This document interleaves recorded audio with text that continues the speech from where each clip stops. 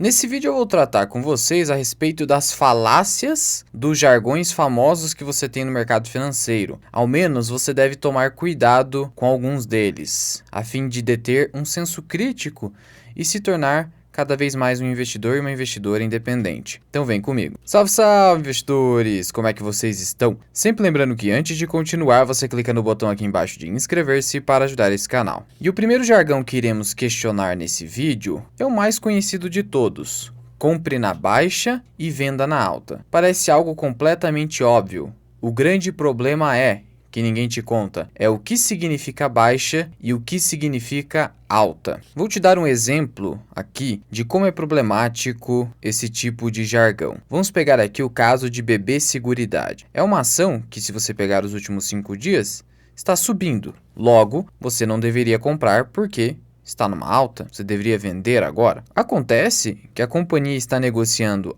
a uma relação preço sobre lucro atual próxima de 10 vezes, 8,88 vezes, abaixo de 10 vezes de 2021, abaixo de 15 vezes de 2020, 11 vezes em 2019 e 15 vezes em 2018. Portanto, a ação não se encontra cara, mas você deveria vender caso você seguisse ipsis literis esse tipo de jargão. Portanto, não significa que você não deva comprar a ação porque ela não está na baixa, porque ela está subindo. E o problema da alta é muito claro.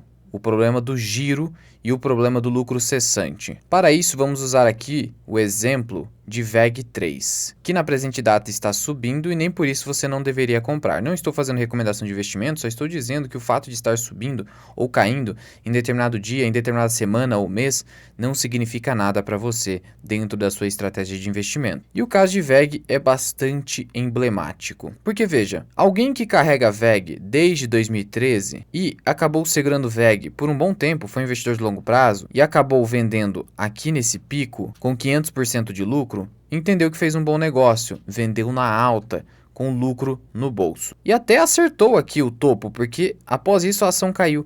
Mas se ele não conseguiu acertar novamente o fundo, que é extremamente difícil, ele perdeu toda essa alta poderosa posterior, que caso ele tivesse carregado, sem mexer nas ações, seguindo o buy and hold com uma boa ação, ele teria um lucro muito superior. Mesma situação com PetroRio, a pessoa poderia ter vendido nessa alta de 170%, pouco tempo, e acabou perdendo toda essa alta expressiva. Porque a verdade é que você não vai conseguir vender no topo e depois recomprar no fundo. Raramente. A verdade é que você vai vender aqui, nunca mais vai comprar, ou se comprar, vai comprar aqui em cima quando estiver subindo novamente. Portanto, esqueça esse jargão. O que você deve fazer na prática? Comprar ações baratas e boas e vender somente em casos excepcionais, casos de exceção, que eu acabei listando com detalhes nesse vídeo que vai estar aparecendo aqui no card. Segundo jargão, a bolsa é um investimento de longo prazo. Sim, ela é um investimento de longo prazo, deve ser encarada dessa forma, mas o longo prazo não resolve todos os problemas. E o caso mais emblemático de todos, envolvendo o fato de que o longo prazo é insuficiente, apesar de o tempo ser o fator mais importante para os juros compostos, é o caso japonês. Você pode até vir nos comentários e falar assim: isso é exemplo de exceção, é o exemplo de burro. Mas ressalto aqui para vocês o seguinte: até mesmo o Alexandre Póvoa citou isso no livro dele, esse exemplo do caso japonês, porque é o caso que você consegue mais visualizar a importância do preço. E como ignorar o preço pode fazer com que você atrase em vários anos os seus objetivos financeiros. Vários anos mesmo. Mostrarei outro exemplo. Mas perceba que com o caso japonês, quem acabou comprando aqui nesse topo na década de 90, quando todos achavam que o Japão iria ultrapassar a economia norte-americana, acabou simplesmente pensando no longo prazo. Enfim, no longo prazo o Japão iria continuar crescendo. Imagine só um gestor de fundo que alocou uma grande quantidade de recursos aqui com esse pensamento, ou um investidor que alocou uma grande quantidade de recursos aqui. E uma quantidade bem considerável, a ponto de os aportes mensais nos próximos 5 anos não conseguirem compensar esse prejuízo. Somente aportes mensais realizados após mais de 10, 15 anos que eventualmente abaixaram bastante esse preço médio. Essa pessoa até hoje, se eventualmente não fez nenhum aporte, o que é improvável, não conseguiu recuperar o seu investimento. Então veja que eu não posso simplesmente utilizar o longo prazo como a panaceia dos nossos erros como investidores. Existe um jargão que esse sim é verdadeiro, de que o menor prejuízo sempre é o primeiro. Ou seja, eu vi que eu fiz o investimento errado aqui, eu vou sair imediatamente. Como diz o Peter Lynch, precisamos estancar o mais rápido possível os nossos erros e não insistir neles com esse pensamento de longo prazo que só vai te prejudicando. Então saiba também reconhecer um erro que você cometeu. Já cometi diversos erros, sair da posição e partir para outra e esquecer desse erro, deixar ele para trás e servir apenas de aprendizado futuro dos seus atos. Vamos pegar aqui o caso de Ambev. Se você comprou Ambev aqui, por exemplo, em 2017 a 19,10, até hoje você não teve retorno sobre seu investimento. E aqui não é exemplo de exceção. Estou falando de uma empresa que é uma das melhores, supostamente, da Bolsa de Valores, queridinha do mercado, e você comprou. Talvez fez um grande aporte aqui em 2017, e 2017 era um ano favorável para aportar bastante na Bolsa de Valores, já que o Bovespa tinha acabado de engatar uma tendência de alta, e veja o declínio total do seu investimento. Portanto, ignorar o preço e também ignorar que eventualmente você cometeu um erro e deveria afastar aquele erro imediatamente são condutas que acabam decorrendo do jargão de que o longo prazo resolveria tudo. Então, cuidado com isso também. O longo prazo só é favorável quando você compra bons preços e bons ativos efetivamente, não ativos que não crescem mais, como é o caso de Ambev. Terceiro jargão. Bolsa sobe no boato e cai no fato. Esse aqui, então, é famosíssimo. E por que essa frase aqui pode ser uma falácia? Vamos pegar ali o fato de que a bolsa sobe no boato. Como você bem sabe, existem ali as agências classificadoras de risco no mundo que acabam classificando em grau de investimento ou não os países. E veja, supondo a hipótese em que você tem um país sem grau de investimento, como aconteceu com o Brasil em 2015, a bolsa só irá subir? Não no boato, ela só irá subir caso de fato haja uma confirmação por uma agência classificadora, dizendo que aquele país voltou a ter grau de investimento, porque somente a partir daí, os investidores institucionais e os grandes fundos voltarão a fazer compras relevantes em um determinado país, em um determinado mercado. Então a bolsa não sobe apenas no boato, às vezes precisa de um fato concreto para firmar efetivamente as compras. E obviamente a bolsa não cai apenas com fatos, ela pode cair também com meros boatos e rumores, meras especulações que não se confirmam na prática, sendo que não raro o mercado antecipa as expectativas e já se posiciona previamente a algo que sequer pode acontecer. Por exemplo, há um boato no mercado de que os juros de determinado país começarão a subir. Isso ocasiona prejuízo ao valuation das empresas, das ações, dos ativos de risco. Logo, o mercado, diante desse boato, acaba fazendo com que a bolsa caia. Só que, semanas depois, se verifica que não houve aumento nas taxas de juros por determinado banco central. Nesse caso, os investidores venderam bolsa no boato e o fato foi contrário. Então veja, só tome cuidado ao tomar esse jargão como verdade absoluta. Por mais que ele, com certa frequência, acabe se concretizando na prática, nós temos diversas situações em que isso aqui não vai passar de uma mera fala falaciosa. Outro jargão famoso, juro para baixo, é bolsa para cima. Será que é sempre assim? E por que esse jargão pode não se concretizar na prática? Porque vamos supor o cenário aqui em que o Banco Central do Brasil acabe reduzindo a taxa Selic, mesmo diante de um cenário inflacionário. Isso vai gerar uma mensagem aos investidores, principalmente ao capital estrangeiro, de que o Banco Central brasileiro não tem compromisso com as metas da inflação, e isso pode ocasionar evasão de capital estrangeiro e, consequentemente, queda nas ações. Vamos lembrar aqui que entre setembro de 2020 até fevereiro de 2021, a taxa Selic estava a 2%. Então, final de 2020 para comecinho de 2021. Veja aqui o que aconteceu com o Ibovespa. Estávamos em janeiro de 2021, a bolsa acabou caindo aqui para fevereiro, chegando a 110 mil pontos em fevereiro de 2021. Só que veja o que aconteceu depois de fevereiro de 2021. A bolsa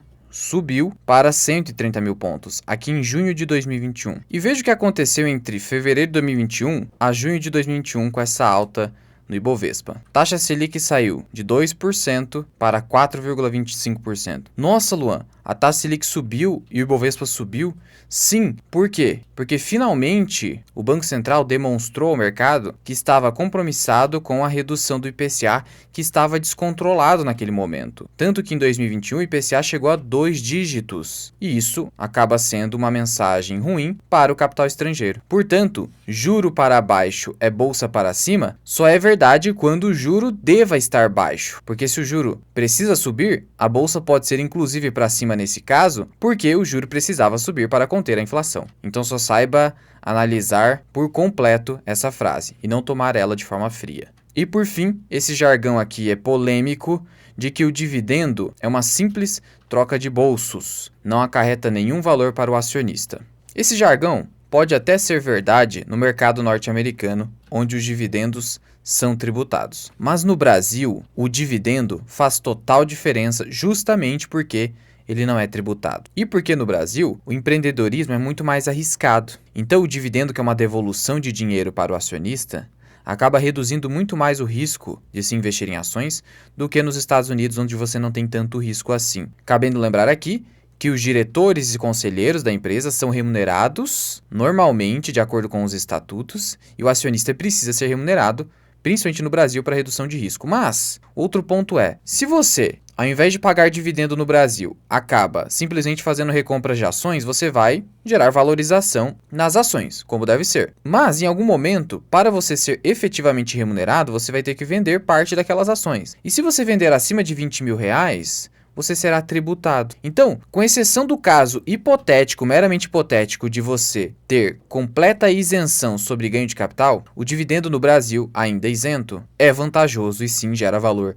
para o acionista. Porque o que você prefere? O ganho de capital, em que você vai ter que pagar imposto de renda em algum momento, ou o dividendo, em que já é dinheiro na sua conta sem pagamento de imposto de renda? Ah, Luan, mas no meu caso, eu provavelmente não vou ter que vender mais do que R$20 mil no único mês. Você não sabe se essa isenção de R$20 mil por mês vai permanecer por mais 10, 15, 20 anos. Os R$20 mil de hoje serão muito menores que os R$20 mil daqui 20 anos. Então você não sabe se essa isenção vai continuar a mesma e ela existe desde 2015, lá daqui 10, 20 anos, quando os R$20 mil de hoje valerão muito menos. Então não pense dessa forma. E além de tudo, você obviamente quer aumentar a sua renda e o seu patrimônio. Então você precisa pensar sim nessa diferença entre tributação sobre ganho de capital e tributação do dividendo, que no Brasil é inexistente. E isso aqui não é meramente a matemática aplicada em razão da tributação. Você vai olhar aqui para a estatística também. Se você olhar o retorno histórico do Ibovespa em comparação com o IDIV, que leva em conta empresas pagadoras de dividendos na composição da carteira teórica, qual a conclusão a que você vai chegar? Se você utilizar índice de small caps, chega a ser vergonhoso, só demonstrando que no Brasil o risco de se investir em ações é muito superior e o que reduz isso é o dividendo. Então não é uma mera troca de bolsos, é uma redução de risco para o acionista investir no Brasil. Mas colocando small caps de lado, Ibovespa, que é o principal índice de referência, o principal benchmark aqui do país, perdeu do IDIV. Ah, Luan, mas 10 anos é um período relativamente pequeno, então pegue um período maior. Se você pegar aqui esse gráfico, que pega desde 2005, comparação entre IDIV e Ibovespa, olha só esse distanciamento que acabou sendo gerado até o ano de 2017. Então, no longo prazo, o IDIV acaba superando o Ibovespa. E se você ainda trocasse o IDIV e colocasse apenas ações baratas, ações de valor com PLs mais baixos, ante o fator tamanho trazido pela teoria dos 3 fatores do Eugênio Fama, você veria que o resultado poderia ser ainda superior. Então sim, dividendo no Brasil acaba sendo um fator de rentabilidade ou de expectativa de rentabilidade superior ao mercado, superior no caso ao Ibovespa, no longo prazo. Portanto, apesar de o dividendo ser descontado da cotação da ação, no Brasil o dividendo, além de reduzir o risco para o acionista e também ser uma forma de remuneração e não tratamento do acionista como mero financiador, ao contrário do que acontece no conselho e na diretoria, o dividendo gera sim valor no Brasil no longo prazo, pela comparação entre IDIV e Ibovespa e porque o dividendo é isento de imposto de renda, enquanto que o ganho de capital, ele, caso realizado, gera imposto de renda. então é menos dinheiro entrando para o acionista. Então quando alguém disser para você, dividendo é irrelevante, não no Brasil, talvez sim nos Estados Unidos. E para aprender mais sobre investimentos, considere se tornar membro do canal associado Mirai. Você clica em Seja Membro, adiciona o nível 2 e tem acesso a aulas exclusivas, lives exclusivas, aos movimentos das minhas carteiras semanais. Inclusive montei recentemente, a pedido dos membros, uma carteira de fundos imobiliários, onde eu fiz um aporte inicial de R$80 mil para backtesting, sendo que você pode cancelar a área de membros a qualquer momento sem compromisso. Alternativamente, você pode contratar os meus serviços de consultor de investimentos. Sou analista CNPI 3707, posso montar a sua carteira do absoluto zero ou analisar o seu portfólio já existente por escrito ou via consulta individual comigo por Google Meet, que dura pelo menos 1 hora. Para me contatar, basta enviar uma mensagem via WhatsApp que eu deixo aqui na descrição e no primeiro comentário fixado. Mas já vai deixando aqui nos comentários, qual a sua visão a respeito desses jargões que eu listei aqui nesse vídeo? E caso você tenha outro jargão para contribuir aqui com o pessoal, já comenta aqui embaixo. Muito obrigado por ter ficado comigo até aqui. Eu sou o Luan, esse que é o canal Mirai Investing. Até o próximo vídeo. Fui!